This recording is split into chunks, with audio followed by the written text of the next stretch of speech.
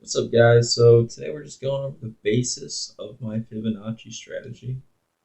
It's pretty simple, nothing crazy. If you're new to trading, this should not be hard for you to learn. So basically, what you want to do is look for a consolidation pattern, which is here, here, here, right there. Um, but the move on this one was a little bit small, so you wouldn't really count that.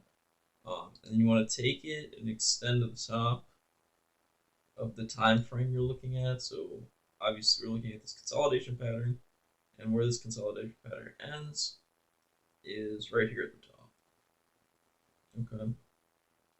So there's a few levels we can look at. The 0.5, which is a respected level on an uptrend, as you can see. Retrace the 0.5, which is the 28 minute at this time, and we look to bounce. So as long as US 30 breaks above here, this will be a key respected level, and probably look to push up higher. If it does not, it looks to come down. We're going to look for this 0.618 level. 0.618 and 0.78, strongest retracement levels. This is the one I use just for scalping alone. I don't use any other level. I just use this level. I think it's fairly better than any other level when it comes to trading. So that's why I use it. We see the NASDAQ wick down to 0.618. We see it's breaking through. And we see the US 30 is also trying to break through. So as we can see, the NASDAQ already broke through because it did retrace to the 0.618. It's got a stronger move up, and the US 30 is lagging behind. Now, this is industrials. I know this is tech stocks, though. But I'm just saying, 0.618 level, stronger level than these other levels right here. The move seems to be fairly stronger when it comes to it. And let me get rid of some of these charts for you. So I'm going to get rid of this one. And then I'll get rid of this one, so I'll show you on a bigger time frame.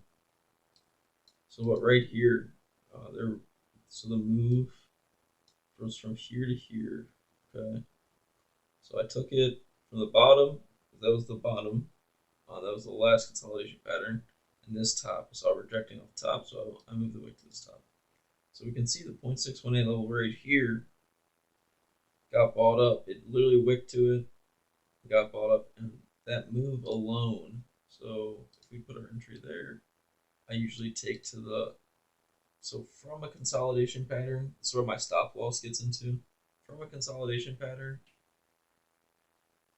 so we got the 0.618 entry, so we look for the middle of the consolidation pattern. So we got the top, we got consolidation, we got consolidation. So we take this consolidation, get the wick of that. That's our stop loss. Maybe move it a little bit lower just so if it wicks down. But you don't want it to be in the spread. So you got usually a 2 to 4 pip spread. So take it 4 more pips down, and you're gonna lose about 25 pips here.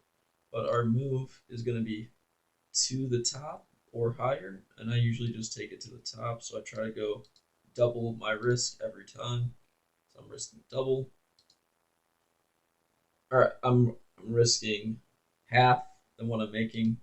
If 2 to 1 is better than 1 to 1 for the most part. Well,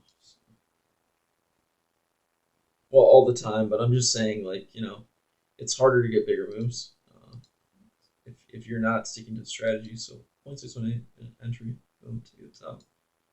You wouldn't really know to take it to this top unless you're doing top to top plays right there, but normally we just take it to the previous high. So 53 pips, because breakouts usually get rejected. That's why I'm saying that. So, and then for the big move, if you want to look where the trend's going, we got this move right here. Take it from a previous consolidation, go to this top, because that's the top of the channel. And we can see this was the consolidation. It's going to bounce here, 0.618 here, strong buying pressure, and then I like to look at my indicators down here for a bigger move. So we can see the Fisher was way overextended. So was the MACD, and so was the RSI. So we take that move up, and we look to take profit near this high, because that's our top of the channel. So if you were going for a 5-minute move, you would have made around 100 pips. And that's the basis of the Fibonacci strategy I use. So, as you can see, it's going top to top here. So we're going to look, why is it going top to top there? Let's see, so we take it from here to the bottom, and we can see 0.618.